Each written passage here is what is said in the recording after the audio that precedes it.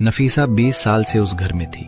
उसी आंगन में बच्चों को बड़ा किया, उसी रसोई में उम्र गुजारी। अब घर में बहू आई थी आयशा। पढ़ी लिखी थी, सलीके वाली थी, लेकिन अपने मायके की आदतें साथ लाई थी। शुरू में सब ठीक रहा, फिर छोटी बातें चुभने लगी। आयशा चाय अलग तरीके से बनाती थी। नफीसा को लगता हमेशा से ऐसे बनती आई है, अब बदलने की क्या जरूरत है। आज की बहुएं सब कुछ बदलना चाहती हैं। आयशा को लगता अगर थोड़ा अलग कर दिया तो क्या गलत हो गया, यहाँ मुझे कभी अपना नहीं माना जाएगा। सीधी बात कम होती थी, बातें बेटे तक पहुँचती थी, लेकिन असली बात कभी पूरी नहीं पहुंचती थी। इमरान सच में दो तरफ खिंच रहा था। एक तरफ माँ जिसने उसे जन्म दिया था, दूसरी तरफ बीवी जिसके साथ उसे जिंदगी बितानी थी। एक दिन रसोई में नमक की बात पर आवाज ऊंची हो गई। आयशा कमरे में जाकर रो पड़ी। नफीसा ने गुस्से में कहा, आजकल की लड़कियां। इमरान उस दिन पहली बार बीच में बोला, शांत आवाज में। उसने बस इतना कहा, अम्मी आयशा नई है इस घर में, और आयशा अम्मी इस घर की पुरानी है। दोनों को थोड़ा थोड़ा बदलना पड़ेगा। इमरान ने बात जारी रखी, आप दोनों एक ही घर की इज्जत हो। अगर आप दोनों टूटेंगे तो सबसे पहले मैं टूटूंगा। उस रात पहली बार इमरान ने अलग अलग दोनों से बात की। माँ से कहा, हर बदलाव बुरा नहीं होता। आयशा से कहा, हर पुरानी चीज गलत नहीं होती। उस दिन से काम वही रहे, बस लहजा थोड़ा नर्म हो गया। और कई बार घर टूटने से पहले बस लहजा बदलना ही काफी होता है। मॉरल, जिस दिन सास ये याद रखे कि वो भी कभी बहू थी, और बहू ये समझे कि सास भी किसी की माँ है, उसी दिन आधे झगड़े खत्म हो जाते हैं। और सबसे जरूरी बात, उन दोनों के बीच खड़ा मर्द भी इंसान है, जो एक तरफ माँ का बेटा है और दूसरी तरफ बीवी का शौहर। अगर दोनों उसे खींचने के बजाय, सास अगर माँ बन जाए, बहू अगर बेटी बनने की कोशिश करे, तो घर अदालत नहीं सुकून की जगह बन जाता है।